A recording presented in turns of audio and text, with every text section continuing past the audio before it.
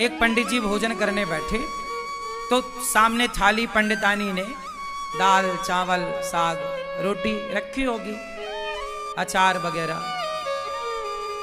पंडित जी भोजन करने बैठे कि तभी कोई द्वार पे भिक्षुक आ गया। भिक्षाम देही, हे भैया मैं बड़ा भूखा हूं, कुछ भोजन मिल जाए। पंडित जी भोजन करने ही बैठे हैं, सामने थाली है और द्वार पे कोई भूखा आ गया। पंडित जी ने साथ सम्मान बुलाया, आओ आओ आओ भैया आओ। आसन लगाई और भोजन अपनी वाली थाली पंडित जी ने उन्हें दे दिया। और पंडितानी जी ने जो भोजन बनाया था वो जरा सा ही था, क्योंकि घर में कुछ था नहीं, जितना था उसने बनाया। थोड़ी सी दाल थी, आज दाल बनी, साग थी, चावल जो था भिक्षा में उसे मिला। ब्राह्मण थे, भिक्षा मांग कर लाते और जो मिलता खाते। तो आज उनका भोजन जरा कम था, पंडितानी के लिए जरा सा अंदर था।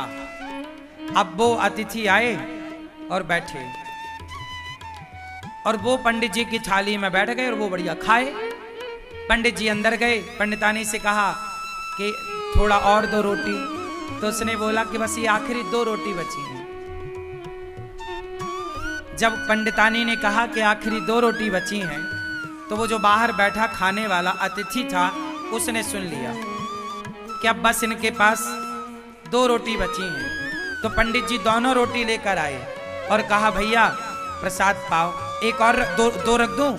उसने कहा नहीं नहीं अब नहीं चाहिए। वो भी समझदार कि अब बेचारे ये क्या खाएंगे, तो मना कर दिया। पंडित जी ने कहा ना, आप हमारे अतिथि हैं, आप पेट भर के खाओ। अच्छा बोले आपकी इच्छा है तो एक रख दो। तो एक रोटी रख दी गई और एक रोटी बची।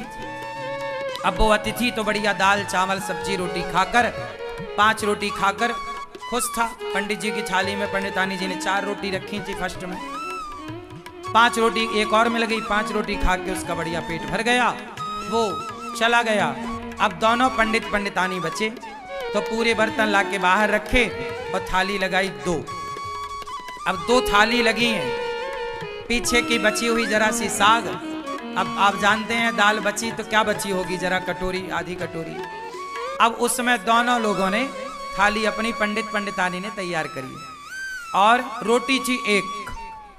तो आधी रोटी पंडित जी ने रखा, आधी रोटी पंडितानी जी ने रखी। और चावल जरा सा रहा होगा तो थोड़ा सा चावल आधा आधा उन्होंने रखा और उन्होंने प्रसाद पाया। अब ये सोचो कि आधी रोटी में क्या पेट भरता है।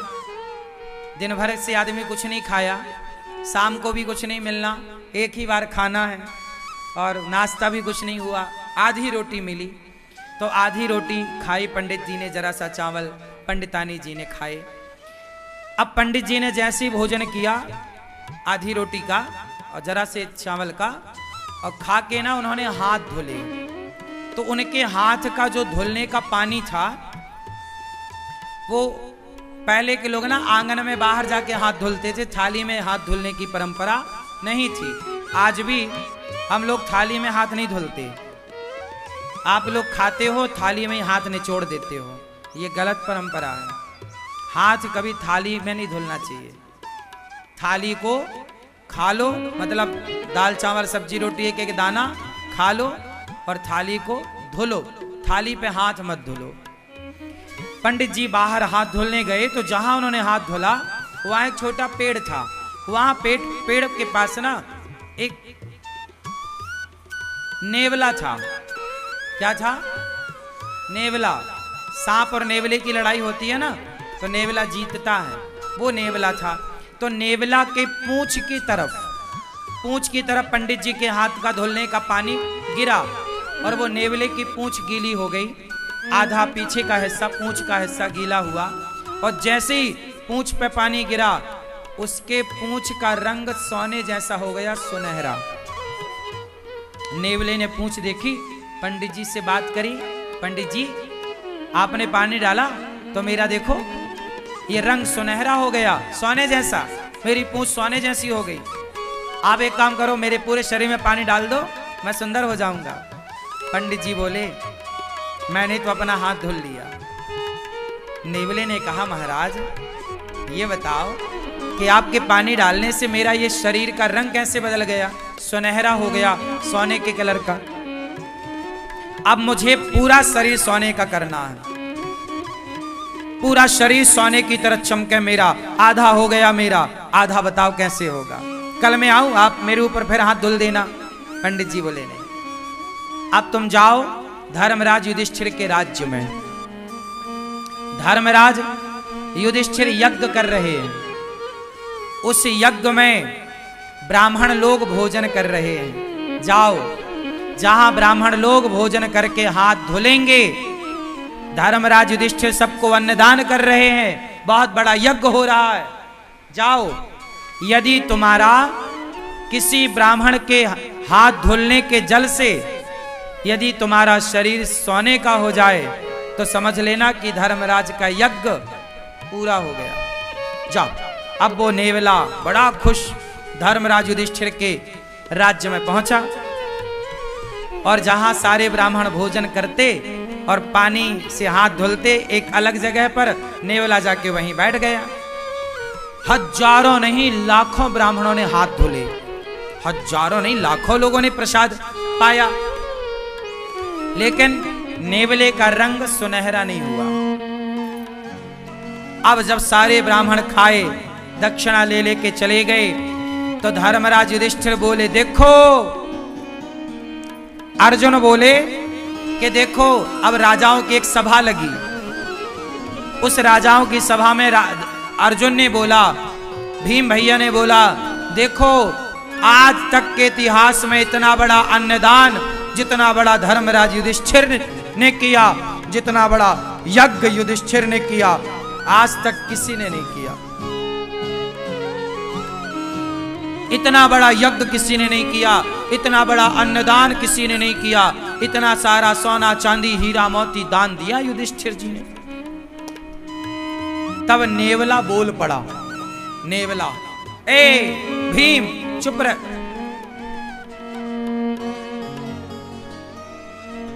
नेवला बोला, भीम भैया चुप रहो, कोई यज्ञ व्यज्ञ नहीं हुआ यहां। यज्ञ तो एक ब्राह्मण के घर में हुआ था। कौन हो तुम? नेवले को बुलाया। भीम भैया ने पूछा तुम कौन हो? नेवले ने कहा भैया मैं तो नेवला हूं। तो तुम्हारा ये शरीर सुनहरे का कैसे है, सोने का रंग सुनहरा कैसा? नेवला ऐसा तो नहीं होता, तुम्हारे ये बाल सोने जैसे चमक रहे हैं कैसे? उसने कहा महाराज यहां पास में एक गांव है, उस गांव में एक पंडित पंडितानी रहते हैं। पंडित जी ने हाथ धोया तो उनके हाथ धोने का जो पानी गिरा वो मेरे शरीर पे गिरा, तो मेरा शरीर सोने का हो गया आधा। और उन्होंने कहा कि युधिष्ठिर के यज्ञ में जाओ, यदि तुम्हारा पूरा शरीर सोने का हो जाए तो समझ लेना कि उनका यज्ञ पूरा हो गया। पर सुनो, तुम्हारा कोई यज्ञ पूरा नहीं हुआ। मैंने तो कब से बैठा गीला होता रहा, मेरा शरीर सोने का नहीं हुआ। और तुम कह रहे हो कि धर्मराज ने इतना बड़ा यज्ञ किया, इतना दान किया। वो पंडित जी ने जो हाथ धोले तो मेरा शरीर बदल गया, और तुम्हारे यहां तो इतने ब्राह्मण खाए, कुछ नहीं हुआ। भगवान श्री कृष्ण भी उस सभा में बैठे थे।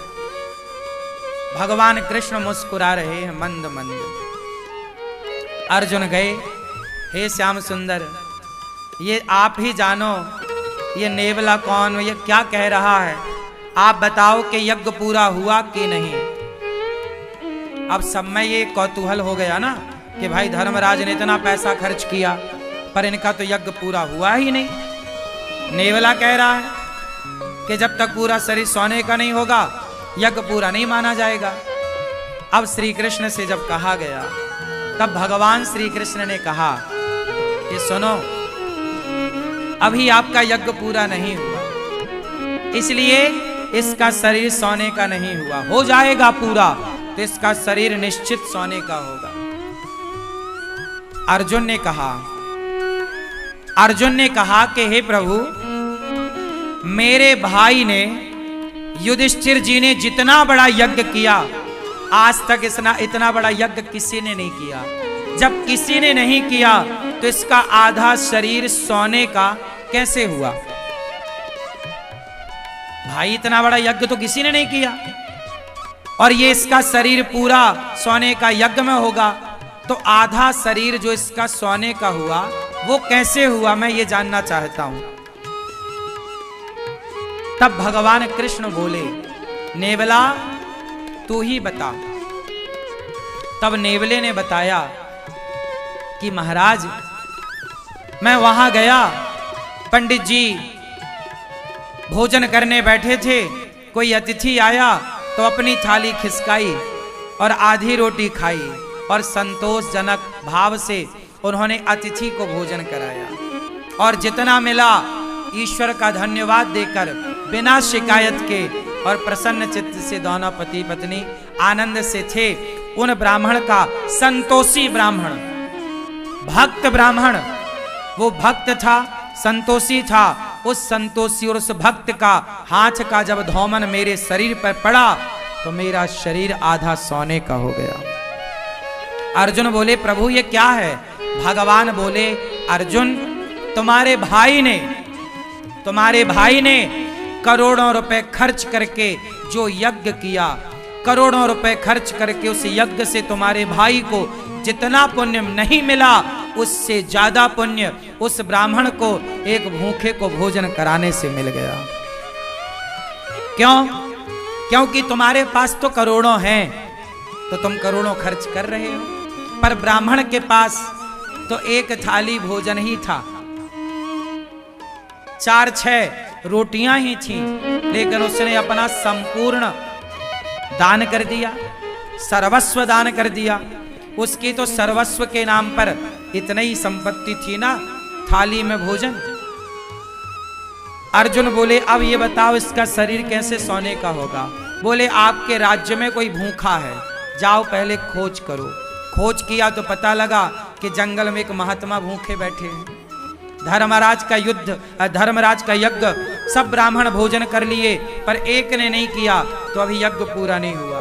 उस महात्मा को बुलाया गया, निवेदन किया गया, और जब वो आए और उन्हें भोजन कराया गया, और जब उन्होंने हाथ धुले तो उनके हाथ का धौमन इसके शरीर पे जाकर पड़ा, तो इसका पूरा शरीर सोने का हो गया, एक सा हो गया, पीछे से आगे तक सुनहरा हो गया, पूरा इसके बाल बिल्कुल सोने की तरह चमकने लग गए।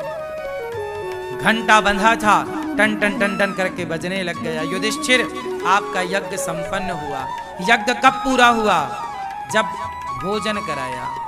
कोई भी यज्ञ कर लो साहब, जब तक अन्नदान नहीं करोगे वो यज्ञ पूरा नहीं होगा। इसलिए सबसे बड़ा यज्ञ अन्नदान ही है।